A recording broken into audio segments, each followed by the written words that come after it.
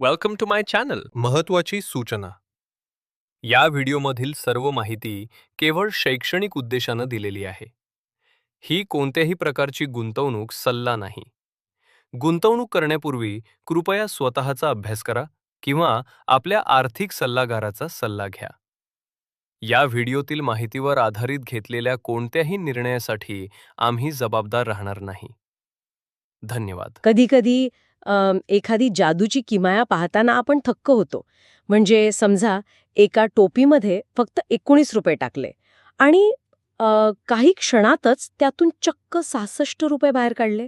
बापरे, हा तर एकदम भारीच प्रयोग वाटतोय. हो ना, आपण डोळे चोळून पुन्हा पाहतो, पण ते खरं असतं.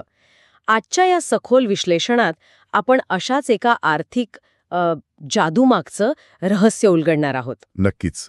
आणि मला वाटतं आजची चर्चा खूपच रंजक होणार आहे. हो, कारण आपल्याकडे आज ज्युबिलंट फूडवर्कच्या Q4 फायनान्शियल इयर 26च्या आर्थिक निकालांची आणि आकडेवारीची एक भली मोठी फाईल आहे. म्हणजे ज्याला आपण QSR किंवा क्विक सर्व्हिस रेस्टॉरंट म्हणतो, त्या क्षेत्रातील हे खूप मोठं नाव आहे. अगदी बरोबर.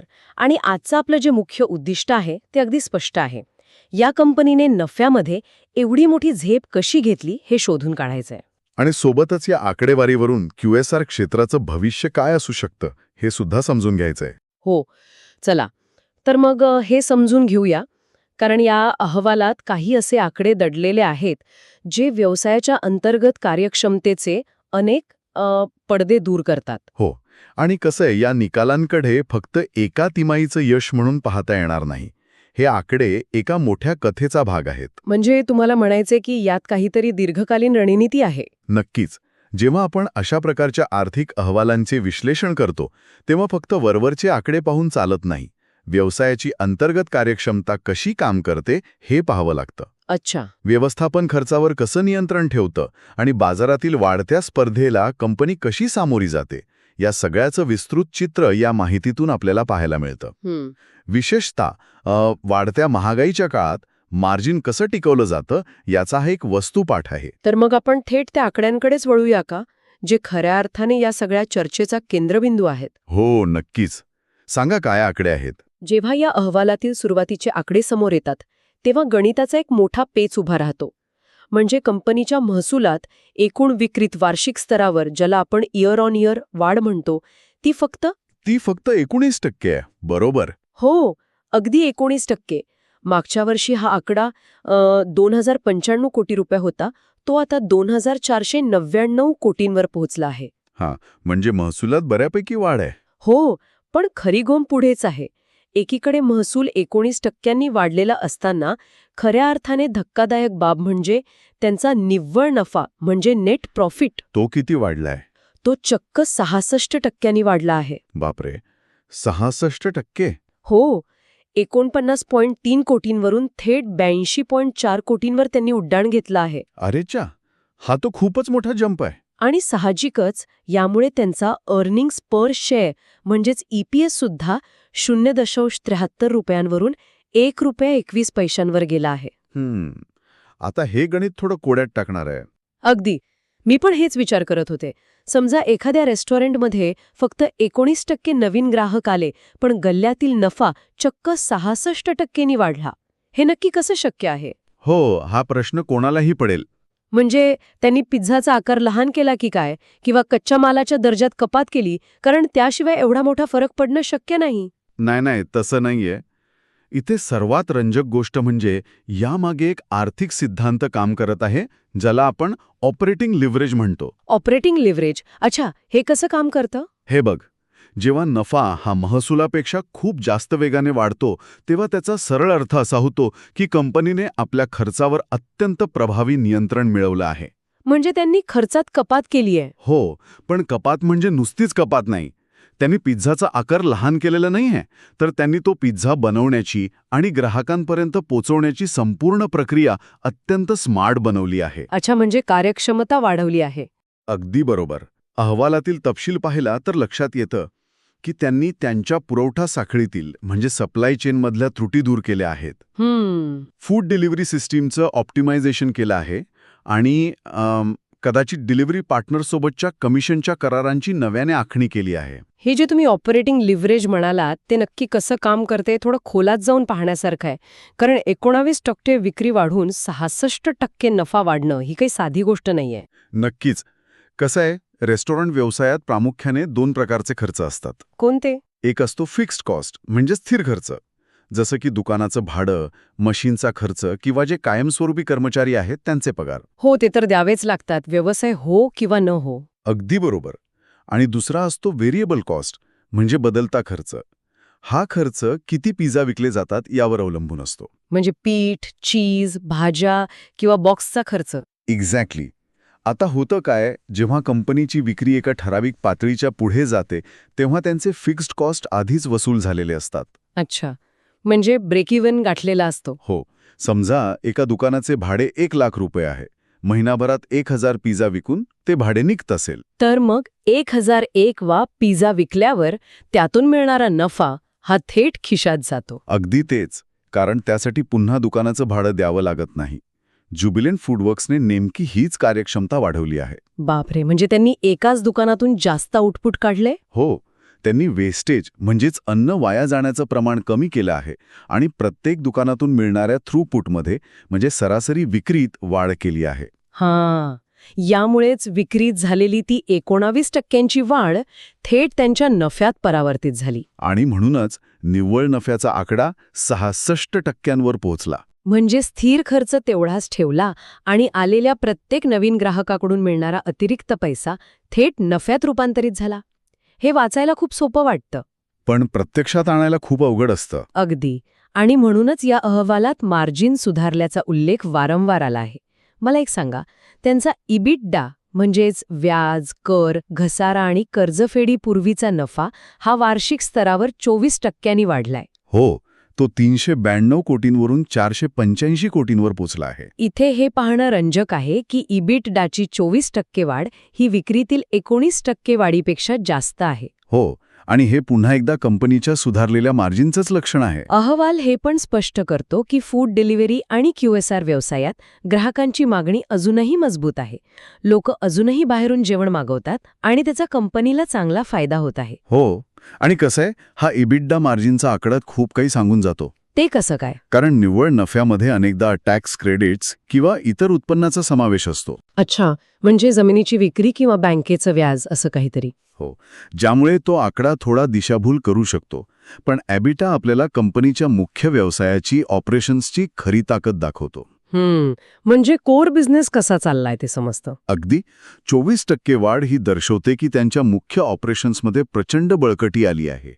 ते आता कमी साधन सामग्री जास्त आउटपुट देत आहेत. विशेषतः जेव्हा महागाईच्या काळात कच्च्या मालाचे भाव वाढलेले असतात तेव्हा एबिटा मार्जिन वाढवणे हे तर उत्कृष्ट व्यवस्थापनाचं लक्षण मानले जाते. नक्कीच. पण इथे थोडं थांबावं लागेल मला.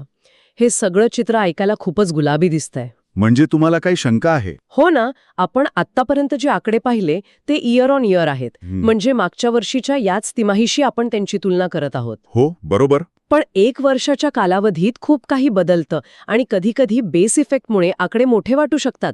ही वाढ खरंच टिकणारी आहे का? हा खूप महत्वाचा प्रश्न विचारलात तुम्ही. कारण वार्षिक आकडेवारी छान दिसते, पण जर आपण अगदी अलीकडच्या काळातील म्हणजे क्वार्टर ऑन क्वार्टर आकडे पाहिले तर हेच चित्र कायम राहतं का? इथेच तर खरी मेख आहे.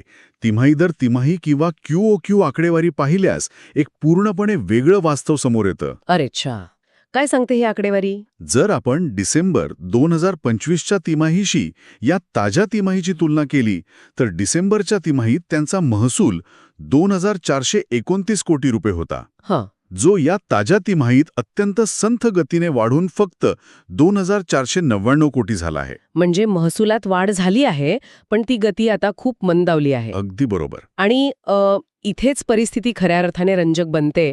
आपण मगाशी जी एबिटडाची चर्चा करत होतो तो आकडा डिसेंबरच्या तिमाहीतही 485 होता. आणि या तिमाहीतही तो 485च आहे. बापरे, तो पूर्णपणे फ्लॅट आहे, स्थिर आहे. हो, तो अजिबात वाढलेला नाहीये. पण त्याचवेळी निव्वळ नफा मात्र 72.9 कोटींवरून 82.4 कोटींवर गेला आहे.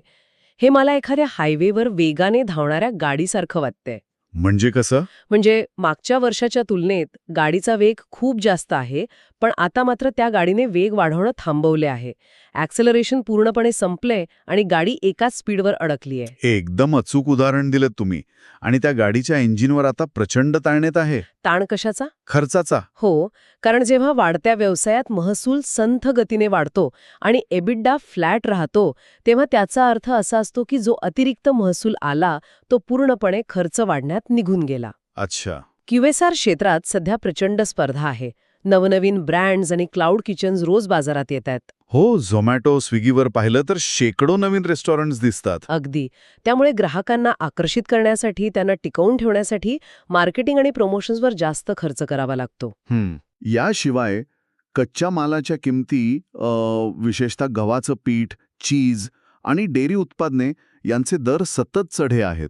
याचाच अर्थ एका बाजूला कंपनी अंतर्गत कार्यक्षमता वाढवून नफा कमवण्याचा प्रयत्न करत आहे, पण दुसऱ्या बाजूला वाढते खर्च त्यांच्या मार्जिनला खाऊन टाकत आहेत. हो, आणि यातला सर्वात मोठा खर्च म्हणजे कर्मचाऱ्यांचा पगार. ते कसं? सध्या डिलिव्हरी रायडर्स आणि चांगल्या कर्मचाऱ्यांना टिकवून ठेवण्यासाठी कंपन्यांना खूप जास्त संघर्ष करावा लागत आहे. कारण क्विक कॉमर्स म्हणजे 10 मिनिटात ग्रोसरी देणारे ॲप्स, हो, ब्लिंकिट, झेप्टो सारखे. त्यांच्यामुळे मजुरीचे दर खूप वाढले आहेत. रायडर्सकडे खूप पर्याय उपलब्ध आहेत आता. अच्छा, म्हणजे यामुळेच तो निव्वळ नफा जो 72 कोटींवरून 82 कोटींवर गेलेला दिसतोय, तो बहुधा अदर इन्कम म्हणजे इतर मार्गांनी आलेला पैसा किंवा टॅक्समधील काही सवलतींमुळे असावा. अगदी बरोबर पकडलत. तो मुख्य व्यवसायातून आलेला नफा नाहीये. यामुळेच आपण फक्त निव्वळ नफा पाहून कंपनीच्या आरोग्याचा अंदाज बांधू शकत नाही. एबिडा फ्लॅट राहणं हे व्यवस्थापनासाठी एक खूप मोठं आव्हान आहे. त्यांना आता केवळ विक्री वाढवून चालणार नाही, तर या वाढत्या खर्चाच्या वातावरणात मार्जिन कसं टिकवून ठेवायचं यावर जास्त लक्ष केंद्रित करावं लागेल. नाही तर काय होईल? जर कच्च्या मालाच्या किमती अशाच वाढत राहिल्या आणि कर्मचाऱ्यांचा खर्च कमी झाला नाही, तर येणाऱ्या तिमाहींमध्ये हे जे फ्लॅट असलेलं मार्जिन आहे ते घसरायला सुरुवात होऊ शकते. हे तर झालं अंतर्गत खर्चाचं गणित. पण जर आपण बाजारातील त्यांच्या स्थानाबद्दल विचार केला तर आणखी काही धोके आहेत ज्याकडे अहवालात स्पष्टपणे लक्ष वेधण्यात आलं आहे. हो, धोके तर आहेतच. आपण मगाशी क्लाउड किचन्सचा उल्लेख केला. आजकाल ग्राहकांकडे शेकडो पर्याय उपलब्ध आहेत. QSR आणि फूड डिलिव्हरी क्षेत्रात स्विचिंग कॉस्ट म्हणजे एक ब्रँड सोडून दुसऱ्या ब्रँडकडे जाण्याचा खर्च जवळपास 0 आहे. अगदी. फक्त एका क्लिकवर ग्राहक दुसरा पिझ्झा मागवू शकतो. आणि या सगळ्या पार्श्वभूमीवर जेव्हा आपण कंपनीचं व्हॅल्युएशन किंवा मूल्यांकन पाहतो तेव्हा ते आश्चर्यकारकरित्या खूप महाग वाटतं. हो, त्यांचा PE रेशो खूप जास्त आहे. हो ना. त्यांचा PE रेशो म्हणजेच प्राइस टू अर्निंग्ज रेशो सुमारे 69.8 वर आहे. बापरे, जवळपास 70. हो, म्हणजे 1 रुपयाचा नफा कमावण्यासाठी गुंतवणूकदार या कंपनीला जवळपास 70 रुपये द्यायला तयार आहेत. जेव्हा स्पर्धा एवढी तीव्र आहे आणि एबिडा पूर्णपणे फ्लॅट आहे, तेव्हा बाजाराकडून हे एवढं प्रीमियम व्हॅल्युएशन मिळणं धोकादायक वाटत नाही का? बाजार इथे नेमकी कोणती अपेक्षा ठेवून आहे? कसं आहे, बाजार नेहमी भविष्यातील शक्यतांवर पैज लावत असतो. 70चा PE असणे याचा अर्थ बाजार सध्याच्या या फ्लॅट एबिडाकडे काही काळासाठी दुर्लक्ष करत आहे. अच्छा, म्हणजे त्यांना वाटतंय की हे तात्पुरतं आहे. हो, गुंतवणूकदारांचा असा विश्वास आहे की भारतात टियर 2 आणि टियर 3 शहरांमध्ये अजूनही QSR क्षेत्राचा मोठा विस्तार होणे बाकी आहे. म्हणजे छोटी शहरे. अगदी.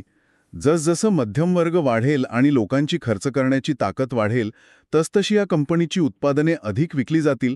बाजार या कन्झम्पशन अपग्रेडच्या कठेवर विश्वास ठेवून आहे. पण या महागड्या मूल्यांकनात एक खूप मोठा धोका दडलेला आहे ना? कोणता? म्हणजे बाजार या कंपनीकडून एका अर्थाने परफेक्शनची अपेक्षा करत आहे. जर त्यांनी पुढील एका तिमाहीत अपेक्षित वाढ दाखवली नाही किंवा नफ्यात थोडीशी जरी घसरण झाली तर एवढ्या महागड्या व्हॅल्युएशनवर स्टॉकची किंमत वेगाने खाली येऊ शकते. अगदी बरोबर. कोणत्याही कंपनीला सलग अनेक वर्षे वेगाने वाढणे शक्य नसते, विशेषतः जेव्हा बाह्य घटक त्यांच्या नियंत्रणात नसतात. हो, जसं की गव्हाचे भाव किंवा पेट्रोलचे दर. दीर्घकालीन दृष्टिकोनातून विचार केला तर वाढत्या कच्च्या मालाच्या किमती आणि कर्मचाऱ्यांचा खर्च हा त्यांच्या मार्जिनवर सतत दबाव टाकत राहील. नक्कीच. आणि या सर्व आर्थिक विश्लेषणाचा जर आपण अंतिम निष्कर्ष काढायचा म्हटला तर हे स्पष्ट होते की अल्पावधीसाठी किंवा शॉर्ट टर्मसाठी हा निकाल अतिशय मजबूत मानला जाईल. हो, 66% नफावाढ कागदावर खूप आकर्षक दिसते. पण खरी कसोटी दीर्घकाळाची आहे. दीर्घकालीन वाढ ही प्रामुख्याने 3 गोष्टींवर अवलंबून असेल. कोणत्या 3 गोष्टी? पहिली म्हणजे नवीन दुकानं उघडणे. दुसरी म्हणजे सध्याच्या दुकानांमध्ये ग्राहकांचा वाढता उपभोग. आणि तिसरी आणि सर्वात महत्त्वाची गोष्ट म्हणजे QSR क्षेत्रातील या गळेकापू स्पर्धेत मार्जिन टिकवून ठेवणे. जर कंपनीने डबल डिजिट किंवा दुहेरी अंकी महसूल वाढ आणि सुधारित मार्जिन कायम ठेवलं तरच हे व्हॅल्युएशन बाजारात टिकून राहील. खरंय. आणि हे सर्व आकडे केवळ एका कंपनीचे नाहीयेत. आपण रोज जे अन्न ऑर्डर करतो, ज्या दुकानांमध्ये आपण जातो, त्यामागे असलेलं हे एक मोठं अर्थशास्त्र आहे. अगदी बरोबर. कंपन्या वाढत्या महागाईच्या आणि खर्चाच्या वातावरणात स्वतःला कसं सावरतात, ग्राहकांची मागणी कशी टिकवून ठेवतात, हे आपल्याला यातून शिकायला मिळतं. हो. एखाद्या कंपनीला यशस्वी होण्यासाठी फक्त चांगला प्रॉडक्ट असणं पुरेसं नसतं, तर ते प्रॉडक्ट ग्राहकापर्यंत पोहोचवण्याची साखळी अत्यंत स्वस्थ आणि कार्यक्षम असायला हवी. आणि या संपूर्ण विश्लेषणातून एक गोष्ट प्रकर्षाने समोर येते की आता फक्त व्यवसाय वाढवणं महत्त्वाचं नाहीये, तर तो नफ्यात वाढवणं जास्त गरजेचं झालं आहे. हो, याच मुद्द्यावरून एक अत्यंत महत्त्वाचा आणि विचार करायला लावणारा दृष्टिकोन समोर येतो. आत्तापर्यंत QSR क्षेत्रात यश मोजण्याचा एकच मोठा निकष होता. कोणता? तुम्ही किती नवीन दुकाने उघडत आहात. विस्तार करणे, नव्या शहरात पोहोचणे हाच विकासाचा मुख्य मार्ग मानला गेला आहे. हो, स्टोअर एक्सपान्शन हीच एक मोठी स्ट्रॅटेजी होती. पण आता ज्या प्रकारे आपण फ्लॅट एबिडा, वाढते भाडे आणि कच्च्या मालाचे वाढते दर पाहिले, त्यावरून या मॉडेलच्या शाश्वततेवर प्रश्नचिन्ह उभे राहते. जेव्हा चांगल्या जागांची कमतरता भासेल आणि दुकानांचे भाडे आवाक्या बाहेर जाईल, तेव्हा फक्त नवीन दुकाने उघडून चालणार नाही. म्हणजेच साम्राज्य विस्ताराची जुनी रणनीती आता कदाचित कालबाह्य होत आहे. अगदी. नवीन दुकाने उघडून रुंदी वाढवण्यापेक्षा सध्या अस्तित्वात असलेल्या दुकानांमधूनच कमीत कमी खर्चात जास्तीत जास्त नफा कसा मिळवायचा, म्हणजे खोली वाढवणे. हे सूत्र आता भविष्यात खऱ्या अर्थाने गेम चेंजर ठरणार आहे. हो, त्यामुळे पुढील वेळी जेव्हा तुम्हाला एखादा पिझ्झा डिलिव्हर होईल, तेव्हा त्या 30 मिनिटांच्या डिलिव्हरी मागे फक्त वेगाची नाही, तर मार्जिन, कार्यक्षमता आणि खर्चावरच्या नियंत्रणाची एक मोठी लढाई असते, हे नक्कीच लक्षात घेण्यासारखं आहे. खरंच, एक पिझ्झा आणि त्यामागचं एवढं मोठं अर्थकारण. हे होतं ज्युबिलंट फूडवर्क्सच्या ताज्या निकालांचं आपलं आजचं सखोल विश्लेषण. या नव्या आणि रंजक दृष्टिकोनासह आज आपण इथेच थांबूया. नक्कीच. व्हिडिओ आवडला असेल तर लाईक करा आणि अशाच युजफुल व्हिडिओसाठी चॅनलला सबस्क्राईब करायला विसरू नका.